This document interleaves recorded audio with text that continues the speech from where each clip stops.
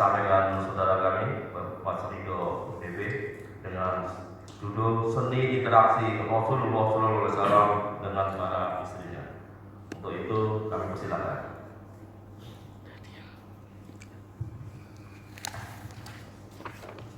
Bisa di bawah, Pak. Iya, tas ini. Enak di bawah, Pak.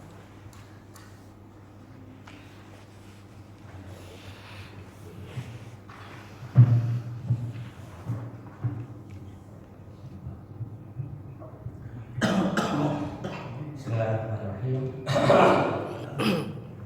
Assalamualaikum warahmatullahi wabarakatuh. Waalaikumsalam warahmatullahi wabarakatuh. Alhamdulillah alladzi bi ni'matihi tatimmu shalihat.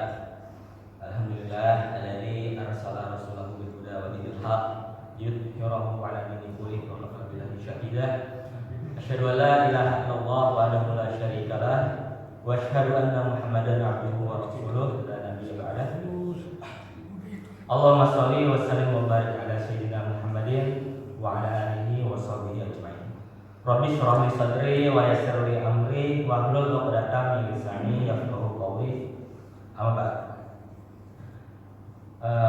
Saudara-saudaraku, bapak-bapak jamaah salat subuh yang dimuliakan Allah Subhanahu wa taala. Mari kita bersyukur kepada Allah Subhanahu wa taala pada pagi hari ini kita diberikan Allah kekuatan, kesehatan dan kesempatan waktu sehingga kita bisa berkumpul bersama di tempat yang paling diberkahi oleh Allah Subhanahu wa taala, yaitu rumahnya Allah, yaitu masjid yang kita cintai dan kita rawat bersama, Masjid Al-Iman. Salawat teriring salam semoga selalu tercurahkan kepada Nabi kita Nabi Muhammad SAW. Semoga salawat serta salam ini juga tercurahkan kepada keluarga beliau, istri-istri beliau, sahabat-sahabat beliau, dan kita selaku umat beliau semoga mendapat syafaat beliau dari pembahasan. Amin. Bapak-bapak jamaah salat subuh yang dimuliakan Allah Subhanahu wa taala. Pada pagi hari ini insyaallah saya akan menyampaikan sebuah judul yang disampaikan tadi oleh Bapak moderator. Judulnya adalah Seni Interaksi Rasulullah SAW dengan para istrinya. Jadi sebetulnya judul ini adalah judul kecil ya dari sebuah buku. Judulnya Seni Interaksi Rasulullah SAW. Jadi ini sebuah keresahan dari saya bahwa belakangan ini mungkin tadi yang disampaikan Pak Haji Senara sudah mendekati akhir zaman gitu ya, sehingga sepertinya kita sudah mulai pudar untuk menteladani sifat-sifat Rasulullah SAW. Oleh karena itu saya mencoba untuk menghadirkan kembali kisah-kisah Rasulullah yang bisa kita petik dan kita langsung aplikasikan dalam sejarah gitu ya. Jadi buku ini dikarang oleh Syekh Sholih Al-Munajjid. Beliau adalah seorang ulama Arab Saudi yang berguru langsung dengan ulama-ulama besar di sana seperti Syekh bin Baz, Syekh Sholih Al-Utsaimin.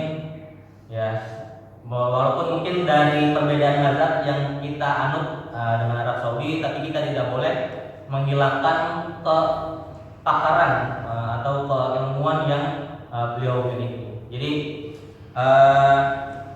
dalam bukunya itu judul pertamanya itu Seni Interaksi Rasulullah dengan para istrinya tadi. Jadi setelah itu nanti ada lagi seni interaksi Rasulullah dengan para sahabat, dengan anak-anak, dengan orang miskin, dengan orang disabilitas, bahkan itu semuanya dituliskan dalam buku itu. Maka mari kita sama-sama pelajari hadis demi hadis yang menceritakan tentang perilaku Rasulullah dengan istrinya. Satu hal mungkin sebelum saya menyampaikan poin-poinnya, dalam buku ini itu tidak dituliskan matan secara Arabnya, jadi langsung translasi bahasa Indonesianya. Mungkin ini memang ditujukan untuk mempermudah para pembaca di Indonesia untuk memahami hadis demi hadisnya. Baik, untuk poin yang pertama, tentu kita mengetahui bahwa Rasulullah SAW dalam hidupnya menyunahkan kita untuk menikah seperti itu ya. Dan kita juga tahu bahwa Rasulullah SAW memiliki beberapa istri. Dalam sebuah riwayat itu mengatakan 11 istri, ada yang mengatakan 13. Saya membaca perbedaan antara 11 dan 13 itu dijelaskan karena 2 istri di antaranya itu tidak dikumpulkan bersama Rasulullah di Madinah. Jadi yang bersama Rasulullah di Madinah itu ada 11 orang, dan ketika Rasulullah SAW wafat itu masih ada 10 dari istrinya yang masih hidup. Nah, bagaimana nih interaksi Rasulullah SAW dengan para istrinya ini? Tentu sebuah hal yang cukup berat bagi kita, mungkin yang sudah berkeluarga cukup satu istri saja sudah berat gitu ya. Nah, bagaimana ini sifatnya Rasulullah, sunnahnya Rasulullah berinteraksi dengan para istri-istrinya? Jadi di sini dikatakan, jadi dalam hadis riwayat Imam At-Tirmizi nomor hadis 3895 dari Ibnu Abbas radhiyallahu anhu meriwayatkan, jadi setiap kali Rasulullah SAW selesai sholat fajar, beliau duduk di tempat sholatnya seperti kita ini. Jadi salah satu keutamaan beliau ini mengamalkan sunnah Rasulullah, yaitu beliau beriktikaf mulai dari sholat subuh sampai waktu syuruk gitu ya. Jadi ketika selesai sholat sholat subuh, beliau duduk dan dikelilingi oleh para sahabatnya hingga matahari terbit. Jadi Rasulullah duduk membuat lingkaran gitu, dikelilingi oleh para sahabatnya. Lalu setelah itu beliau menyambangi atau mendatangi istri-istri beliau satu persatu, yaitu menyapa mereka, berdoa untuk mereka, dan baru kemudian Rasulullah SAW akan tinggal di rumah istri yang mendapat giliran pada hari itu. Jadi bagaimana cara Rasulullah tetap menjaga hak-hak para istrinya adalah Rasulullah datangkan setiap pagi satu persatu rumah istrinya, karena memang letak rumah dari para istrinya Rasulullah tidak jauh daripada masjid ya, Masjid Nabawi gitu. Jadi Rasulullah datang ini satu persatu, kemudian Rasulullah tinggal di tempat istri yang mendapat giliran pada hari itu. Nah, ini mungkin membuat para istrinya Rasulullah itu merasa tidak pernah kehilangan sosok dari Rasulullah itu sendiri, karena setiap hari beliau datang ke rumahnya, mendoakan mendoakan para istrinya. Berbeda dengan kita mungkin yang tinggal di satu rumah, tapi begitu pagi misalnya kita berangkat meninggalkan istri kita, dalam keadaan istri kita mungkin masih tertidur. Ketika kita sampai malam, mungkin istri kita juga sudah tidur lagi. Nah, itu walaupun kita ditinggal dalam satu rumah, istri kita mungkin merasakan tidak ada keberadaan kita di sana gitu. Jadi ini yang Rasulullah SAW ajarkan kepada kita. Mari kita pagi-pagi ini ya doakan dulu para istri kita. Doakan dulu istri kita, gitu kan, ajak ngobrol. Dan sunnah Rasulullah SAW ketika Rasulullah mengadakan perjalanan, baik perang atau perjalanan lain gitu, itu Rasulullah SAW melakukan undian kepada para istrinya untuk mendampingi beliau. Jadi dikatakan dalam hadis riwayat Al-Bukhari nomor hadis 5211 dari Aisyah radhiyallahu anha, apabila Nabi SAW hendak keluar mengadakan perjalanan, beliau mengadakan undian di antara para istri-istrinya. Lalu undian itu pun jatuh pada diriku dan Hafsah, dan pada malam hari biasanya Nabi SAW berjalan bersamaku dan berbincang-bincang denganku. Jadi kalau Rasulullah SAW melakukan perjalanan jauh yang mencakup harian begitu, itu Rasulullah mengadakan undian untuk para istrinya. Jadi mungkin menurut pemahaman saya tidak dibenarkan apabila seorang laki-laki dengan alasan mencari nafkah meninggalkan istrinya dalam waktu yang cukup lama, berbulan-bulan, bertahun-tahun, meninggalkan anak istrinya. Tentu kita sebagai laki-laki membutuhkan teman untuk bercerita, butuh teman untuk saling berbagi. Nah, itu akan ada sebuah fitrah yang tidak bisa disalurkan. Maka sunnah dari Rasulullah SAW adalah mengajak istrinya ke tempat beliau pergi apabila itu perjalanannya jauh gitu. Dan apabila Rasulullah SAW melakukan perjalanan yang dekat, misalnya menjamu sahabat atau ada urusan lain, Rasulullah SAW dikatakan di sini dalam hadis riwayat Tirmizi, Rasulullah SAW biasa mencium para istrinya, lalu pergi untuk sholat berjamaah tanpa berwudu lagi. Jadi maksudnya di sini adalah ketika Rasulullah SAW berpergian hanya untuk misalnya untuk sholat, untuk bersilaturahmi dengan para sahabat, biasanya Rasulullah SAW itu mencium para istri dulu sebelum berangkat, Pak. Jadi sunnah sebelum kita berangkat kerja, sebelum kita berangkat untuk misalnya ke sini Bali Bu, itu disunahkan untuk mencium para istri sebagaimana Rasulullah SAW mencium istrinya, gitu ya. Jadi itu salah satu sunnah Rasulullah. Dan ketika yang di hadis yang tadi bahwa Aisyah itu ketika diajak oleh Rasulullah dalam perjalanan, Rasulullah biasa berbincang kepada Aisyah di waktu malam hari. Jadi kan ada sebuah hadis di hadis riwayat Bukhari nomor 568 itu dari Abu Barzah radhiyallahu anhu, Rasulullah SAW bersabda, Rasulullah SAW membenci tidur sebelum sholat isya dan ngobrol setelah sholat isya. Jadi agak bertentangan kan kalau misalnya kita hadirkan nih antara hadis yang satu dengan hadis yang lain. Di satu sisi Rasulullah mengajak Aisyah untuk berbincang setelah sholat di malam hari gitu. Nah, jadi di sini yang dilarang oleh Rasulullah SAW adalah percakapan yang tidak ada faedahnya, percakapan yang apabila kita lakukan hanya membawa waktu kita. Adapun seperti perbincangan mengenai umat, perbincangan tentang mengambil ilmu, perbincangan dengan istri kita, itu adalah bagian dari sunnah Rasulullah SAW. Jadi dikisahkan waktu itu pada suatu malam Aisyah radhiyallahu anha itu bercerita kepada Rasulullah tentang sebuah cerita yang luar biasanya. Itu adalah cerita ini adalah ceritanya Ummu Zar'in tentang 11 orang perempuan yang berkumpul, 11 orang perempuan berkumpul dan berjanji menceritakan semua rahasia pernikahan mereka satu sama lain. Jadi ada 11 wanita berkumpul menceritakan rahasia pernikahannya satu sama lain. Nah, Aisyah menceritakan kisah ini. Bayangkan kalau 11 perempuan berkumpul itu lamanya berapa lama itu kan perbincangannya gitu ya? Iya, pasti bermenit-menit gitu, mungkin setengah jam, berapa jam. Itu Rasulullah SAW mendengarkan cerita-cerita yang disampaikan oleh Aisyah radhiyallahu anha di malam hari setelah sholat isya gitu. Dan ini menjadi sebuah dalil untuk kita bahwa setelah kita pulang misalnya itu jelas misalnya kita pulang sholat isya nih atau pulang kantor udah melewati waktu isya, kita boleh tuh mengajak istri kita ngobrol, dan memang disunahkan seperti itu karena ya fitrah seorang perempuan itu menyampaikan berapa ribu kata per hari itu. Apabila misalnya tidak disalurkan, maka bisa jadi mencari wadah untuk menceritakan, mencurahkan hari-harinya di tempat lain gitu. Maka Rasulullah yang paling mengetahui bagaimana perasaan wanita mendengarkan ceritanya Aisyah radhiyallahu anha. Jadi ini adalah salah satu sunnah beliau, yaitu mendengarkan cerita para istrinya setelah sholat isya gitu.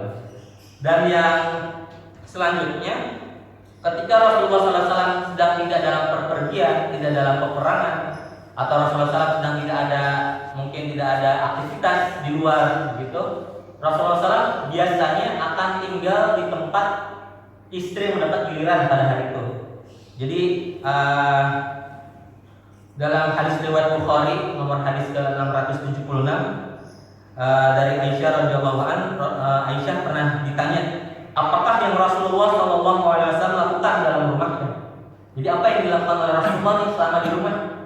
Kata beliau SAW menyibukkan diri membantu istrinya dalam pekerjaan rumah tangga. Ketika tiba waktu sholat, beliau SAW akan berangkat untuk sholat. Jadi seorang Rasul, seorang Nabi utusan Allah, seorang pemimpin negara, seorang panglima perang, seorang menteri keuangan, itu ketika tidak ada kerjaannya beliau standby di rumah dan membantu para istrinya untuk melakukan aktivitas-aktivitas rumah seperti mencuci piring, mencuci baju. Nah, ini menjadi sebuah anjuran untuk kita yang bukan seorang nabi, kita juga bukan seorang kepala negara, bukan seorang panglima perang, bukan seorang menteri. Nah, kita disunahkan untuk membantu para istri kita untuk mengerjakan pekerjaan-pekerjaan yang ada di rumah tangga seperti itu. Ya, selanjutnya mungkin beberapa poin terakhir yang menunjukkan betapa indahnya rumah tangga Rasulullah SAW, betapa sosoknya Rasulullah dalam rumah tangganya gitu ya. Jadi suatu ketika Sofiyah radhiyallahu an melakukan perjalanan. Jadi kalau Rasulullah melakukan perjalanan perang itu diuji beberapa. Tapi kalau ketika Rasulullah melakukan perjalanan haji itu dibawa semua istri-istrinya. Nah ini dalam suatu perjalanan haji itu Sofiyah untanya Sofiyah itu dipacu lebih cepat daripada biasanya gitu. Jadi ada orang yang memandu untanya Sofiyah untuk berjalan lebih cepat. Jadi Sofiyah ini punya unta kesayangan dan unta yang ketika itu dinaiki oleh Sofiyah, ini istrinya Rasulullah Sofiyah, itu mengalami sakit gitu. Jadi ketika untanya Sofiyah sakit, untanya Sofiyah itu langsung duduk, nggak mau melanjutkan perjalanan gitu. Nah melihat unta kesayangannya sakit, Sofiyah radhiyallahu an itu mulai kasihan sama untanya. Jadi akhirnya Sofiyah radhiyallahu an ini menangis karena untanya sakit. Jadi suatu hal yang sangat perempuan sekali gitu ya, sangat feminin bahwa untanya sakit dan akhirnya Sofiyah menangis gitu. Mendengar hal ini Rasulullah SAW langsung datangi Sofiyah, bukan yang ngomel, ngapain sih nangis-nangis nih, hal sepele kecil mau ngomongin aja gitu. Atau udahlah biar naik aja unta yang lain gitu lah. Itu mensimplifikasi sebetulnya masalah ya.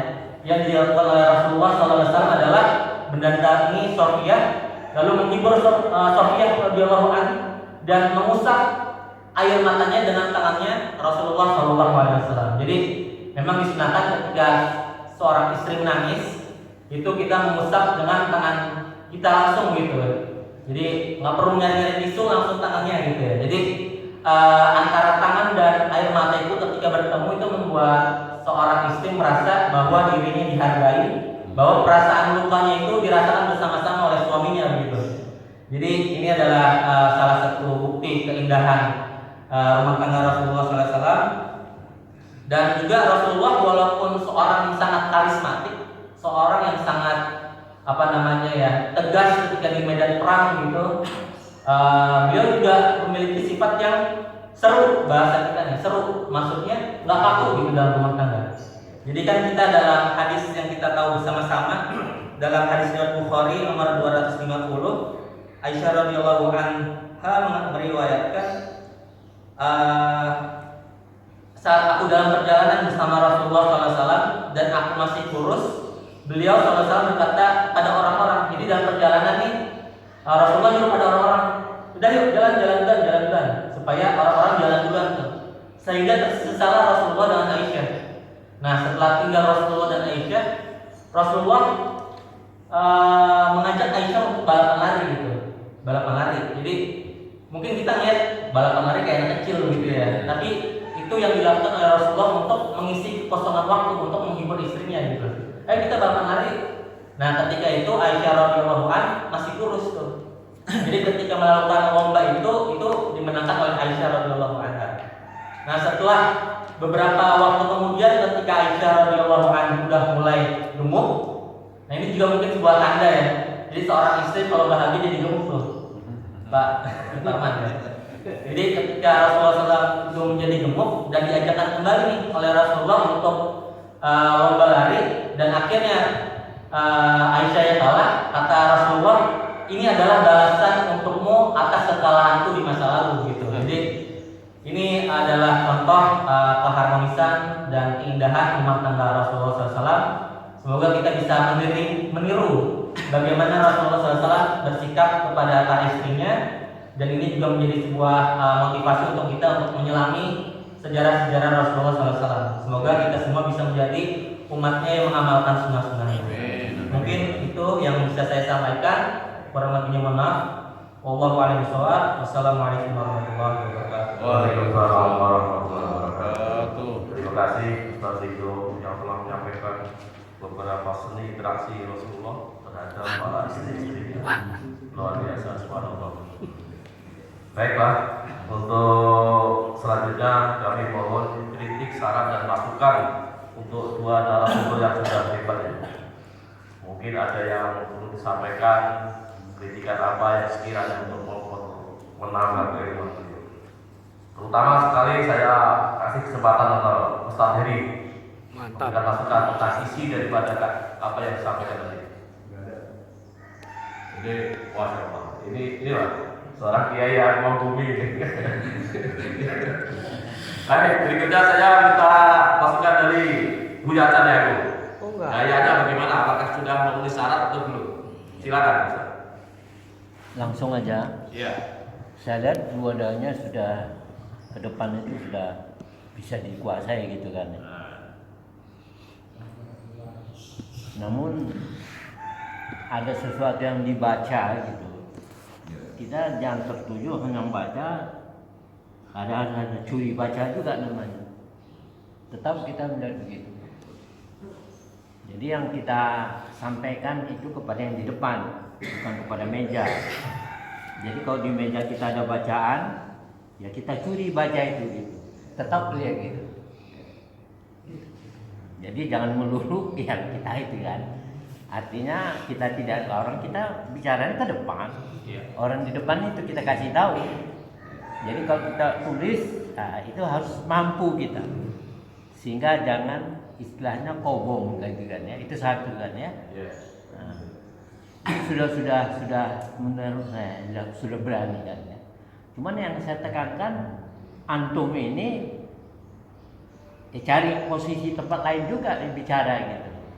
Jangan tunggu giliran di sini kan gitu ya. Kapan giliran di sini? Ini udah bisa ini. Cari sasaran gitu. Mentah mau di mana tempat family kumpul orang ya bicara gitu. Karena antum sudah bisa berdakwah kan ya, sudah bisa sampaikan. Nah, ini yang anjuran ini yang ini kan. Karena tugas kita memang memberikan dakwah. Ya, itu harus tanamkan dalam diri kita kan. Anda sudah bisa kan? Ya kan ya? Nah, cari sasaran gitu kan. Di mana sasarannya? Nah, dengan itu Anda baca lagi begitu. Jadi pengembangannya lagi nih ya. Sudah bisa menguasai, cuman jangan nunggu hanya di sini. Kembangkan di tempat lain. Itu aja. Terima kasih. Baik, terima kasih. Begitu masukan dari Ustaz Zaidul. Jadi mungkin bisa latihan waktu arisan di rumah atau dia belajar menyampaikan. Biar di sini langsung fight gitu kan. Tapi alhamdulillah sudah bagus. Berikut masukan dari Pak Ustaz Zaidul sangat membantu para narasumber. Selanjutnya saya minta masukan Pak Jatiko, silakan Pak Jatiko.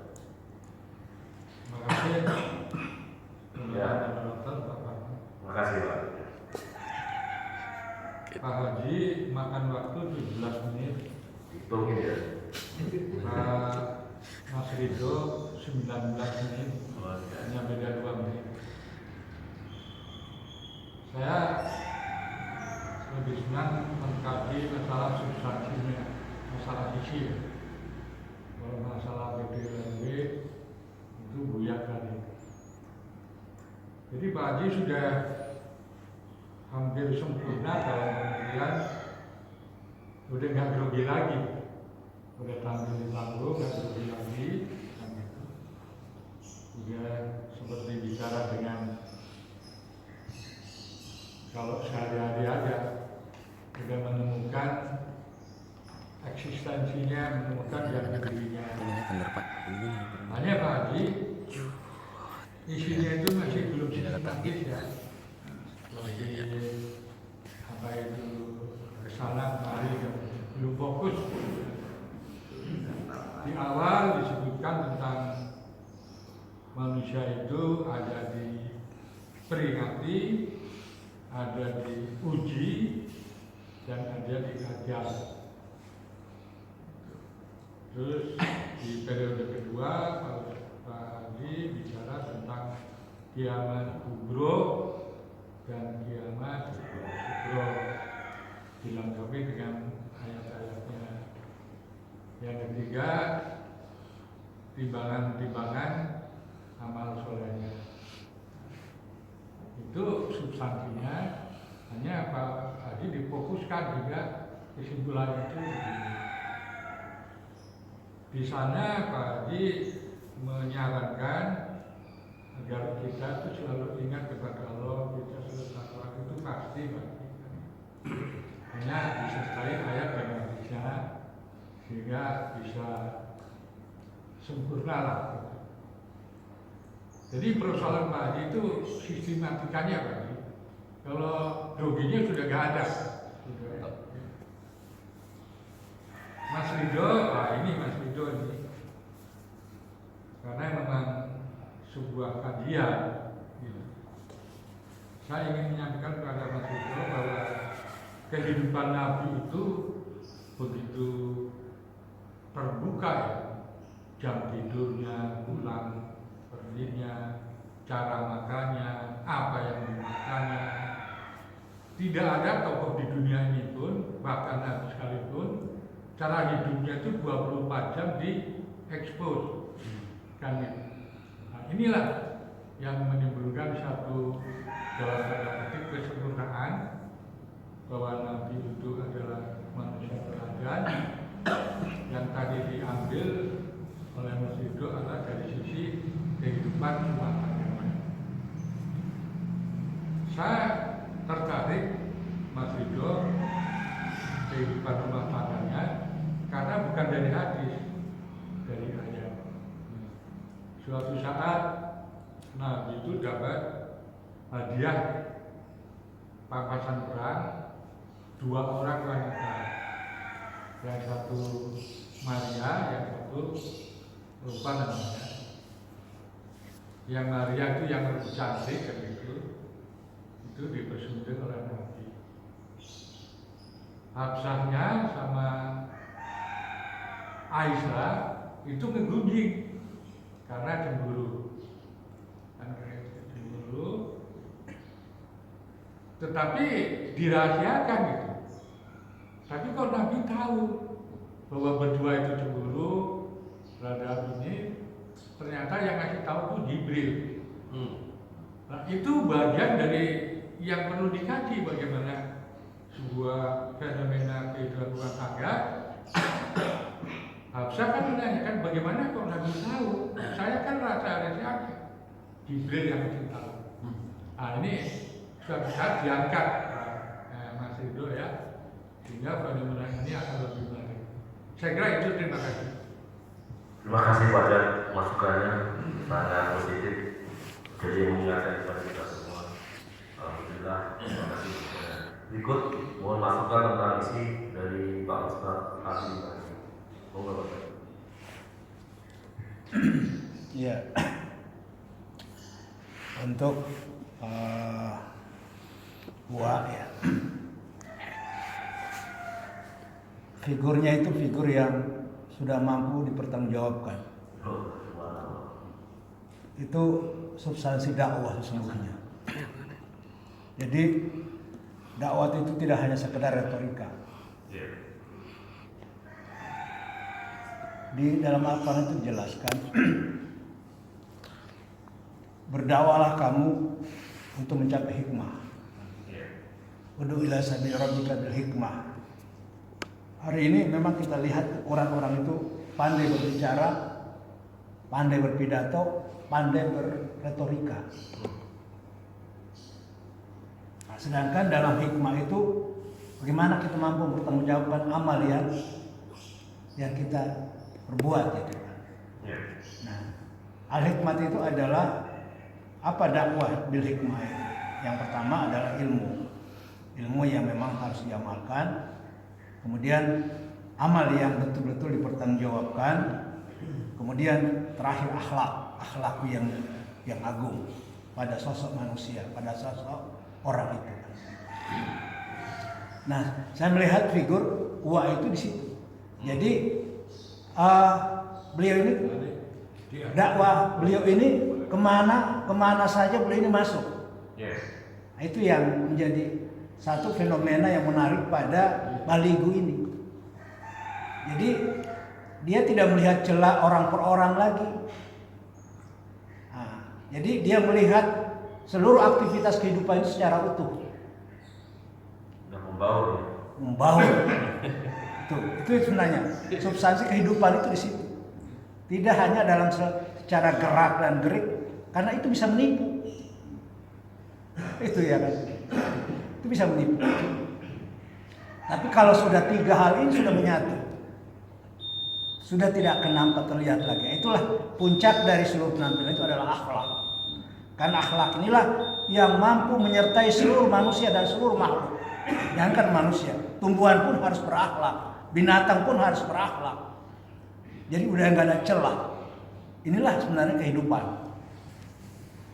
Nah, jadi dakwah itu tidak hanya, saya melihat fenomena waktu itu adalah contoh teladan yang baik bagi seseorang gitu, dalam sisi kehidupan, ya.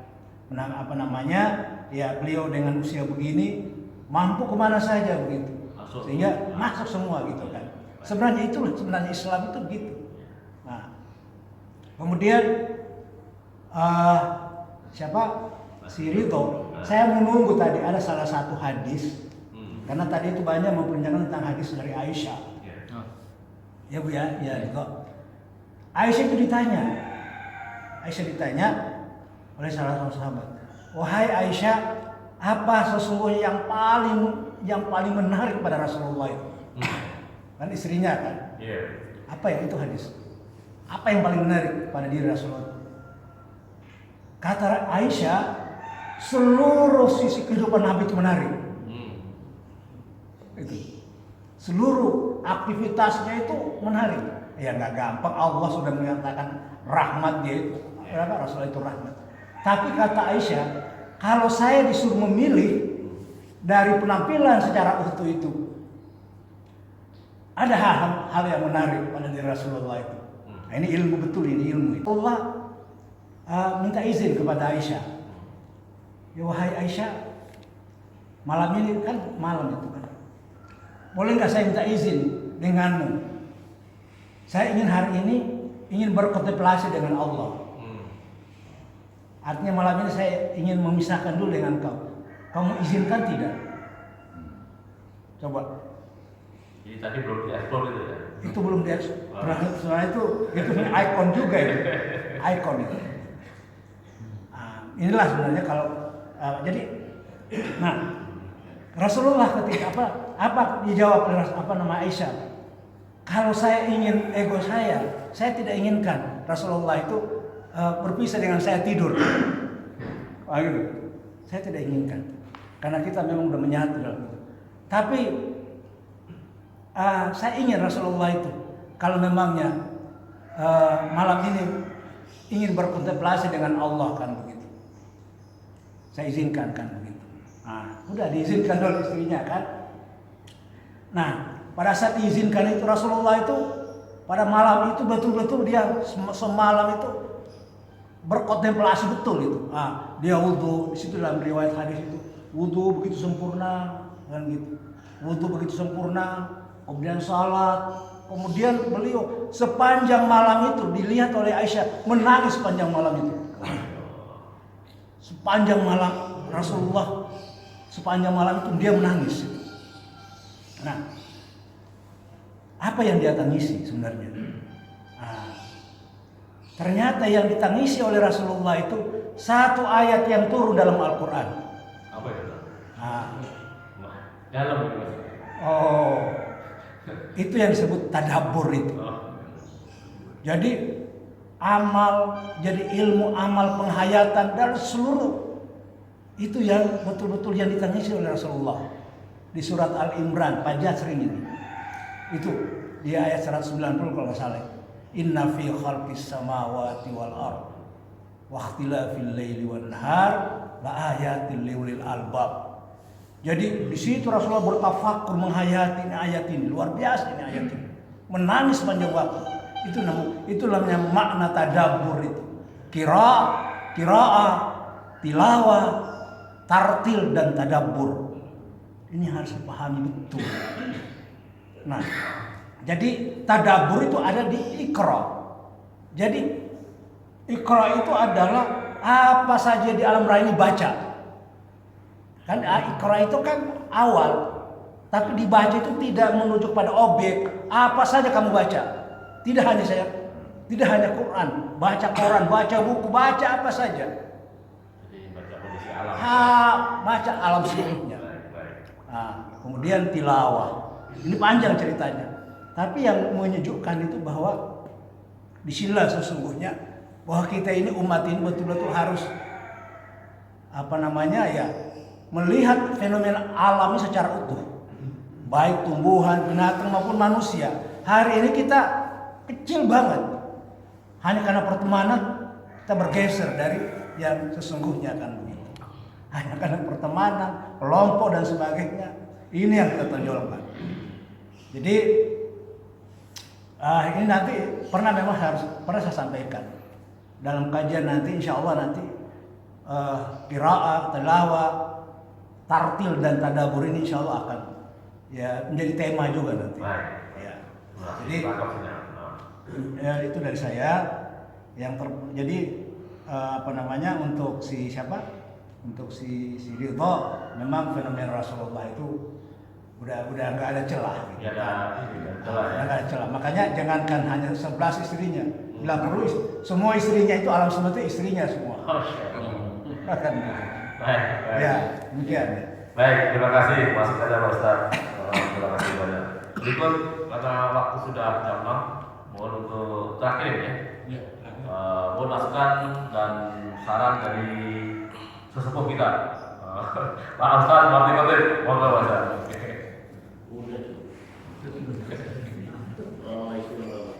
Wah, Pak Heri. Pertama sekali kita mari sama-sama jaga, sama-sama kita seperti uang, dan kita seperti uang, yaitu ada kemampuan dengan kondisi usia yang semakin sepuh, tapi ada kemampuan dan kemampuan untuk berpesan dan memberi kesan dalam kehidupan. Kemudian dalam tata cara memberikannya, alhamdulillah dari hari ke hari semakin meningkat. Dan satu yang paling saya dan paling kita senang dari buah itu, mungkin barangkali untuk skala kecil kita yang ada di sini, untuk skala keseluruhan mungkin barangkali kita ada di BSI, buah itu tidak pernah membaca sesuatu itu terhadap sesuatu yang lain. Itu yang ada di dalam diri beliau. Jadi beliau ada di mana dan ada di mana-mana dan tidak ada di mana-mana. Selalu membawa. Jadi tetap terjaga oleh buah dan untuk menjadi salah satu jembatan bagi beliau untuk mencapai ridha Allah Subhanahu wa taala. Amin. Dan yang kedua satu saja untuk Ananda Ridho,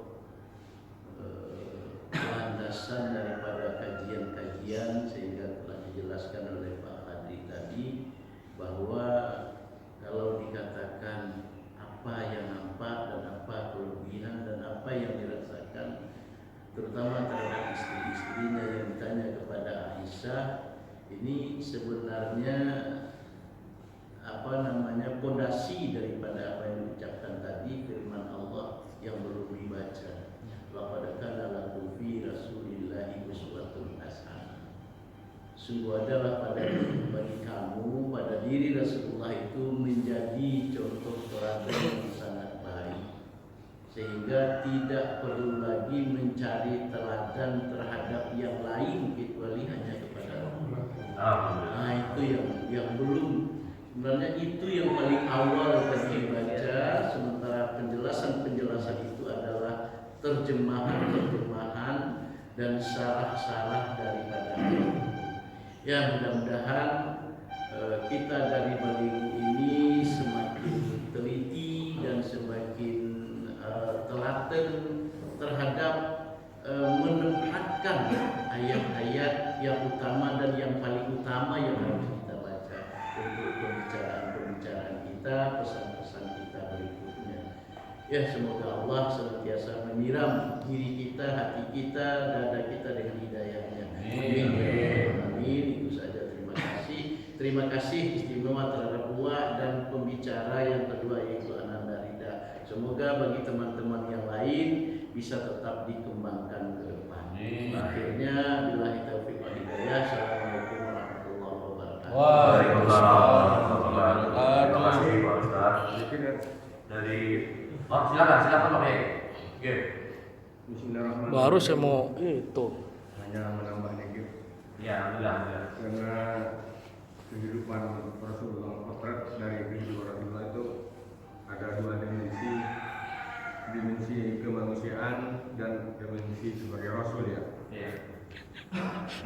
Dimensi sebagai manusia itu memang bagaimana perilaku beliau itu yang bisa kita contohkan langsung. Jadi sebagai teladan untuk kita semua ya. Suatu contoh mengapa sih Rasulullah itu beristri banyak gitu. Nah, itu gimana? Hikmah dari salah satu Rasulullah beristri banyak adalah bukti bahwa Rasulullah itu siddiq, amanah, tabligh, faton. Mengapa? Karena para istri itu, para wanita khususnya, pada umumnya selalu menceritakan aib orang gitu ya. Aib orang, terutama juga lakinya sendiri, suami sendiri. Nah, berapa istri Rasulullah itu tidak pernah menceritakan bahwa Rasulullah itu ada aib sedikit pun gitu. Itu satu bukti bahwa Rasulullah itu memang siddiq, amanah, tabligh, faton. Itu dimensi kemanusiaannya yang memang dimensi kerasulannya memang langsung tidak lepas dari dimensi kerasulannya sebagai pembawa risalah. Ini yang selalu diserang oleh para non kita, non muslim bahwa beristri banyak itu merupakan aib. Padahal itu satu hikmah yang luar biasa bagi kita. Itu saja. Terima kasih. Jadi jangan seseorang itu menekan nafsu gitu ya. Saya dikit Pak Parman. Ya. Oh, Menko, silakan Pak Menko. Monggo silakan. Assalamualaikum warahmatullahi wabarakatuh. Waalaikumsalam warahmatullahi wabarakatuh. Saya pikir tadi Pak Heri nggak komentar karena istrinya satu. Dia menambah lagi kan. Yang diceritain istrinya 11. Menambah. Karena saya pikir wah nggak komentar istrinya baru satu, jadi belum berani komentar. Ya, alhamdulillah sebenarnya untuk penampilan peserta itu saya pikir udah nggak ada penilaian ya.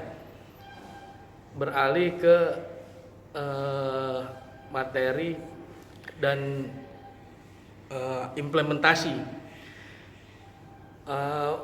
Saya pernah bilang di awal public speaking itu untuk berbicara di atas podium itu saya juga mendapat itu dari guru saya itu butuh minimal itu 40 ilmu. Masya Allah. Baru boleh tampil di podium.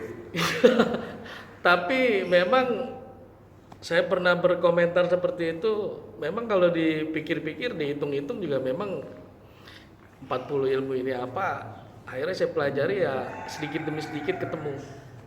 Jadi memang intinya untuk berbicara di depan podium itu banyak sisi yang melihat gitu. Dari kiri, dari kanan, dari depan, dari belakang, dan sekitar gitu. Makanya inti dari pembicaraan di podium atau baligo ini adalah perubahan sikap gitu. Artinya ya mudah-mudahan kita tidak sekedar berbicara tapi ada implementasinya. Ya mudah-mudahan walaupun belum secara formal. Ya yang kedua untuk saya minta kalau ada tampilan besok ayat-ayat yang dibaca bisa dikonsultasi dengan Pak Ustadz Kadri atau Pak Ustadz Muhardi. Pak Ustadz nih kira-kira bacanya ilmu itunya gimana, itu bisa dikonsultasikan Wak, kan Wak sering ketemu juga. Jadi agar pembacaan itunya Al-Qur'annya lebih bertambah lah Wak. Atau pada saat tahsin bisa dipelajari. Untuk Mas Ridho itu kadang-kadang kita suka terpengaruh dengan terjemahan hadis ya. Itu kalau kita lihat, itu saya lihat beberapa hadis ya, bukan hanya satu, ada beberapa hadis yang tentang An Ibni Abbas. Itu An Ibni Abbas itu radhiyallahu itu anha. Itu hampir semua itu anha. Saya juga dulu sempat berkonsultasi dengan juga Pak Heri, ini tapi ternyata memang dalam teks aslinya itu rata-rata saya lihat dari beberapa hadis itu an Ibnu Abbas itu radhiyallahu anha. Ya mungkin itu aja. Assalamualaikum warahmatullahi wabarakatuh. Waalaikumsalam warahmatullahi wabarakatuh. Terima kasih Pak Koordinator. Berarti Pak Koordinator nyimak ya. Ya, alhamdulillah. Setelah itu baiklah, hadir. Oh, ada tambah lagi Pak Ustaz tadi. Monggo Pak Ustaz. Nanti panjang kan? Sedikit aja. Iya, silakan. Karena disitulah sebenarnya kita belajar ya. Betul. Jadi tadi dibagian anhu dan anha ini kenapa? Karena Ani bin Abbas radhiyallahu anhu anha. Ini kenapa sebenarnya ada anha dan ada anhu? Nah, nanti kita anu di dalam hadisnya. Nah, nanti kita jabarkan di depan ya, sambil ada makanan-makanannya sambil punya. Nah, ada lagi Ustaz yang mau menambahkan? Oh, silakan Ustaz. Ya, silakan. Terima kasih. Assalamualaikum warahmatullahi wabarakatuh. Waalaikumsalam warahmatullahi wabarakatuh. Mengenai tentang Rasulullah menikahi beberapa istri, itu perlu kita garis bawahi. Memang di Al-Quran itu ada firman Allah, "Fankihu ma tabalakum minan nisa'i masna wa sulasa wa ruba." Di situ kita kan diperintah untuk menikahi ya 2, 3 dan 4. Bukan dalam arti kita langsung caplok segitunya, tidak ya. Di situ ada kalimat fa'in jibtum mana tadi supaya adil. Gak mungkin adil sih sebenarnya. 7 hari itu dalam seminggu 7. 3 satu yang istri yang pertama, 3 istri yang kedua, 1 kemana? Ini sebenarnya warning, sebenarnya nggak kayak gitu. Kita sebagai berikutnya nggak usah ribut seperti itu. Karena Rasulullah ketika menikah itu kan banyak hal, dalam arti suaminya sudah meninggal karena berperang. Udah Rasulullah SAW mengajak umat orang kafir itu menjadi muslim. Ketika suaminya meninggal kan terlena merana, akhirnya dia dikhawatirkan pergi lagi ke kafirnya itu, sehingga dibimbing oleh Rasulullah, dinikah Rasulullah, dinafkahi dan seterusnya. Nah sekarang ini tidak, maaf, istri yang pertama kurang bagus, istri yang kedua denok, istilahnya apa, semok gitu kan, lebih cantik daripada istri yang lama. Nah berarti kan apa ya? Apa karena nafsu, apa karena keinginan? Berarti kan di situ sebenarnya warning bahwa kita itu tidak boleh cukup satu juga orang habis. Mungkin gitu kali kalau saya. Alhamdulillah. Inilah gunanya waliku kita. Untuk Mr. Best, terus alhamdulillah, terima kasih. Gitu aja. Assalamualaikum warahmatullahi wabarakatuh. Waalaikumsalam warahmatullahi wabarakatuh. Alhamdulillah, inilah gunanya dan fungsi daripada waliku, kita sama-sama tolak demi. Jadi saling melengkapi. Begitu ya kira-kira ya. Alhamdulillah, kalau memang sudah ada yang ditanyakan nanti cukup ya, kita ada lagi Pak Selamat, mana Pak Selamat? Ini ada ya. Baiklah, kalau gitu mari kita tutup pengajian hari ini. Oh iya, sorry. Masya Allah, lupa. Silakan Pak, kasih komentar kepada jamaah. Silakan Pak. Assalamualaikum warahmatullahi wabarakatuh. Waalaikumsalam warahmatullahi wabarakatuh. Saya itu dari alhamdulillah ya, masukan-masukannya, terima kasih. Hanya saya itu punya ini aja tadi itu. Saya baca Quran, Allah menyuruh bertakwa kepada Tuhanmu. Nanti ada berikan bumi gitu ya. Nah di situ saya mikir apa itu ya? Kiamat gitu. Ya nyari-nyari Quran itu kan. Iya, pada ingat ya Pak. Iya. Nah, ya. Jadi cara penyampaiannya itu nggak terlalu ini ya, karena saya bukan ahli ini ya. Ada cara menyusun itu lah. Paham. Iya, pangkat bahan-bahannya itu gimana. Nah, itu ya masukin aja. Akoniahnya ada. Kiamat saya masukin aja udah. Itu ya. Jadi supaya kena aja. Dan di ini kan dengan ini gitu kan, dengan keadaan gitu ya. Dan kita alami sini, oh ini kiamat positif candu itu ada gitu kan. Jadi selalu mengingatkan kita gitu. Iya, itu saya sukain. Nah, makanya sedikitnya ya agak ini juga sih, karena bukan ahli nyusun inilah tema itu kan. Hanya penting seadanya aja saya itu. Alhamdulillah, seadanya aja dong, bagus ya Pak. Hanya 3 hari saya itu disuruh itu wah itu. Wah, main gol ya. Suka dada-dadaan ini kalau masih terus. saya udah lempar dari hari Minggu apa Senin itu. Ada lagi itu ya udah jamaah itu kan. Wah, ini cucu lagi. uang ada di grup sih. Gimana nih saya Sampai semalam dia nggak ikut taksi karena ikut ini. Iya 2 minggu gitu kan, ya baru kita nyari-nyari itu kan yang lain itu kan. Iya. Itu kan saya itu. Jadi saya mohon maaf aja nih kalau Maafin mas, maaf. ya. Biar nggak terlalu tegang. Maaf paling penting kan. Iya. Kalau nggak dimaafin dosa dia. Nah ya memang kalau itu sering harus banyak terbaca sih. Nah, seperti apa yang dia katakan itu. Alhamdulillah. Saya terima juga. Karena kurang ini sih, kadang-kadang saya juga sakit juga gitu. Kurang juga. Kemarin juga nggak ngaji. Aduh, nggak beritahu saya nggak bisa ngaji ini malam dia. Dalam kondisi saya agak kesehatannya saya juga. Malam ditungguin itu. Maka saya nggak sakit ketemu itu Ustaz. Yang nggak datang kalau itu pada malam apa. Tapi paginya saya ngaji gitu kan. Hanya malamnya. Kira saya itu aja, mohon maaf aja ya. Ya baik Pak, dimaafin Pak. Alhamdulillah yang sehat terus ya Pak. Jaga kesehatan Pak. Terima kasih Pak. Baik berikutnya Mas Ridho mau komentar balik untuk jamaah. Ya, assalamualaikum warahmatullahi wabarakatuh. Waalaikumsalam warahmatullahi wabarakatuh. Terima kasih kepada para pembimbing yang menyampaikan nasihatnya. Insya Allah betul tadi kata Pak Muadi, lupa itu ayatnya, banyak improvisasi tadi di atas sampai ayat yang utamanya nggak kebaca. Jadi mungkin ke depan akan ada perbaikan lagi Insya Allah, dan mungkin ke depan juga mohon izin nanti Ridho menyampaikannya materi-materi kayak gini gitu. Jadi lebih bisa kita praktikkan langsung dari sejarahnya Rasulullah. Betul. Terima kasih. Assalamualaikum warahmatullahi wabarakatuh. Waalaikumsalam warahmatullahi wabarakatuh. Terima kasih kepada para narasumber. Terima kasih kepada para jamaah. Dan Pak Ustadz mau nambahin? Udah. Oh, enggak ada. Cukup ya? Udah. Semuanya udah ada semua ya?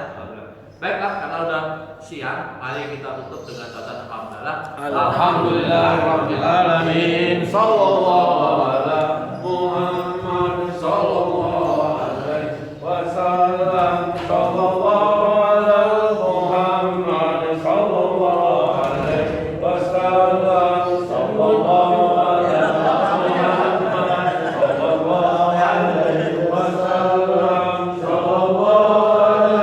Muhammad sallallahu alaihi wasallam. Sallallahu